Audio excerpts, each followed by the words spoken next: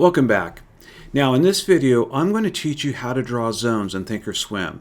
Zones are really important to our type of trading, so let's go ahead and get started. Before you can do this lesson, you should have completed the Thinkorswim setup video. If you haven't, then this is not going to make any sense at all, so you want to make sure that you have that complete. So if you do have it complete, let's go ahead and move on. The first thing we're going to do, of course, is launch your Thinkorswim program. And once you have it up, you want to go to your main screen that has the 4 screens. And just a reminder, the upper left is our 1 minute with a volume subgraph. Below that is our 5 minute with a MACD study on the bottom. Right next to that is a regular 1 minute chart, but it's in Heikin view, and below that is a MACD. And then our upper right, this is whatever you want it to be. It can be active trader, or it can just be another chart. In my case, I like to track a certain strike, the at the money strike of whatever day that we're in. This also has a MACD and an RSI study on it. Okay. Next, before we start doing any charting, is we want to make sure that each one of our charts, these 3, our regular 1 minute, our 5 minute, and our Heikin chart, are all set to the same drawing set. In my case, it's on drawing set 3. Yours can be whatever it is, but they just need to match. So I'm going to double check mine. They're all on drawing set 3. So the reason we do this, before we can do any entries into trades, we need to do some charting. And the charting we need to do is we need to mark zones. That's one of the 3 entry criteria that we must have.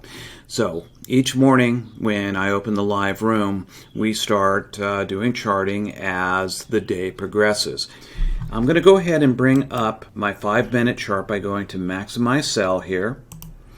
Okay. And by the way, if you want this to go back to the 4-way, you just simply click on the return icon here, the minimize sell icon here, looks like a half moon, and that'll bring it back into the 4-way. So again, I'm going to right click and I'm going to maximize the sell, and I'm going to the beginning of the day. So what we're looking for with our types of charting is we're looking for price agreement zones. We're looking for places where price moved up to a point, stopped and reversed, or came down to a point, stopped and reversed. We call these price agreements. The bottom zone we call the demand zone. The top zone we call the supply zone. Okay, you'll hear that a lot in our live room. Now, the first 5 minute candle, we're going to mark this as, since price went up continuously for 25 minutes, we're going to mark the low point on the 5 minute as our first demand zone. I'm going to right click, I'm going to add a drawing, I'm going to go to the price level icon right here, select it, and then I want it to be even with the bottom of this candle, and it lays down a green line. Next, what I'm going to do is I'm going to go right here on the price level line, put my cursor there, I'm going to right click, add drawing, and go to the rectangle right here. And we're going to add a 10-cent zone. So this is 259.99. So we're going to go to 260.09 right there.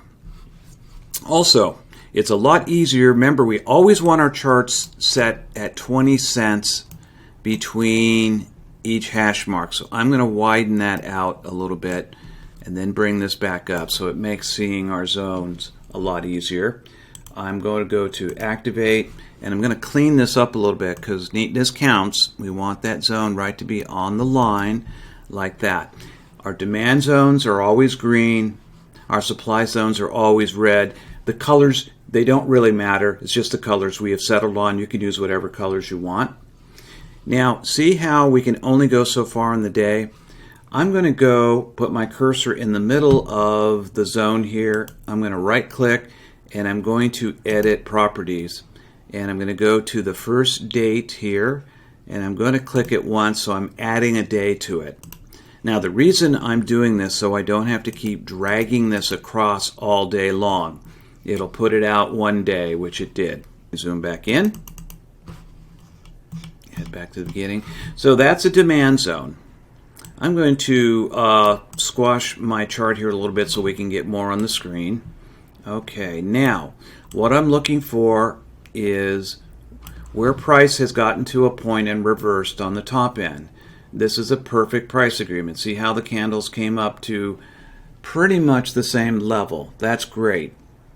Now the reason this is price came to a point, and what happened is there's literally not one other trader on the planet who's willing to spend 1 cent more for SPY, that the market maker has to then reverse the price, start taking the next lowest and the next lowest price and the next lowest price, and it begins a cascading effect in the opposite direction. And all day, all we do is go from a state of oversold to overbought to oversold to overbought. We're going to go ahead and add our zone up here. I'm going to go to the top of this green candle, otherwise known as a bullish candle. I'm going to right click. I'm going to add a drawing. I'm going to go to the price level, and I'm going right to the top of the green candle, and I'm putting that in. Now I'm going to add my 10-cent zone. So I go right to the line, our price level, go to add a drawing, go to the triangle, and it's 267.55, so I'm going to go to 267.45.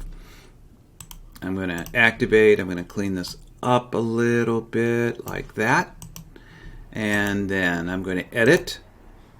I'm going to add a day to it like that.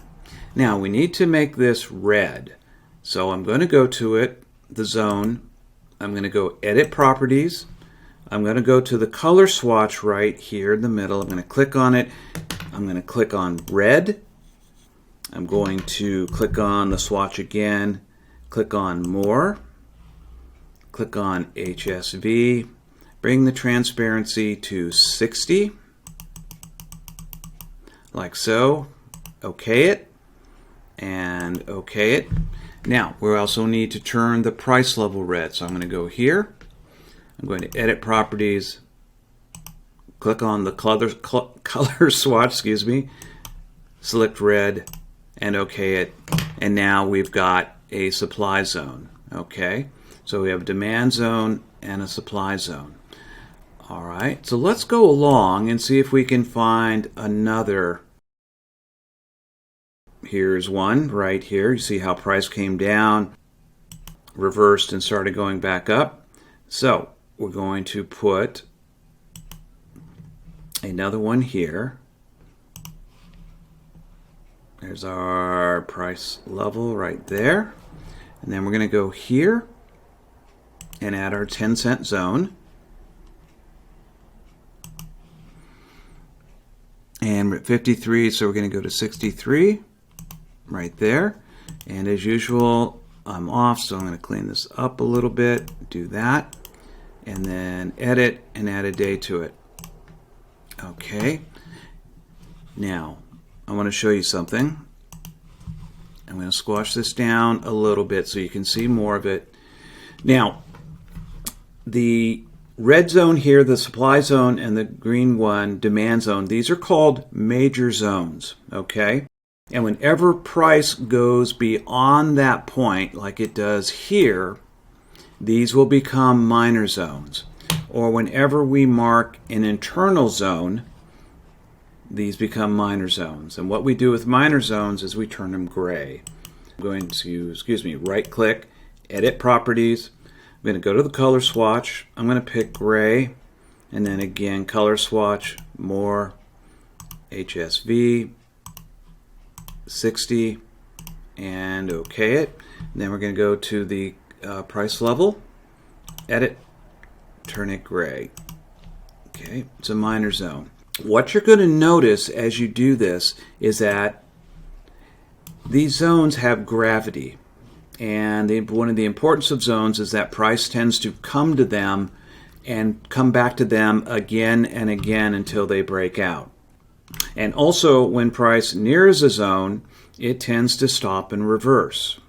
You know, knowing that in advance gives us a great advantage when we are deciding whether to enter a trade or not. So let's move a little further into the day.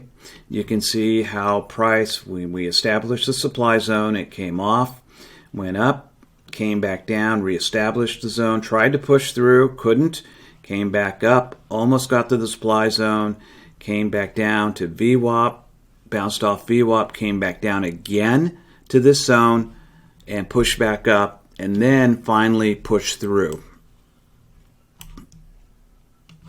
So we would form another supply zone here. I'm going to zoom in just a wee bit so we can see this a little better. All right, right here.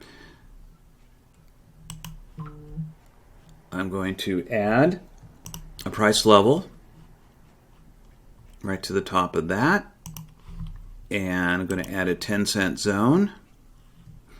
Add a drawing. Bring it to the end of day. That's at 97. So we want to go to 87. Right like that. And then we would turn this one, because it's an inside minor zone now, we would turn this one gray. So we go to color swatch, pick gray, more, HSV, 60, that, and then we're going to edit price level and make it gray, like so. Okay. Now let's look back in the day. Now one thing that I want to point out to you is we have major zones, minor zones, and VWAP acts as a zone itself. Now you notice how price came up to VWAP and pushed through a little bit and then came back down, reestablished this minor zone, or reconfirmed the minor zone, came back up, had a hard time pushing through VWAP right here, and on up. Okay, that ends part 1. Please go to part 2 of drawing zones.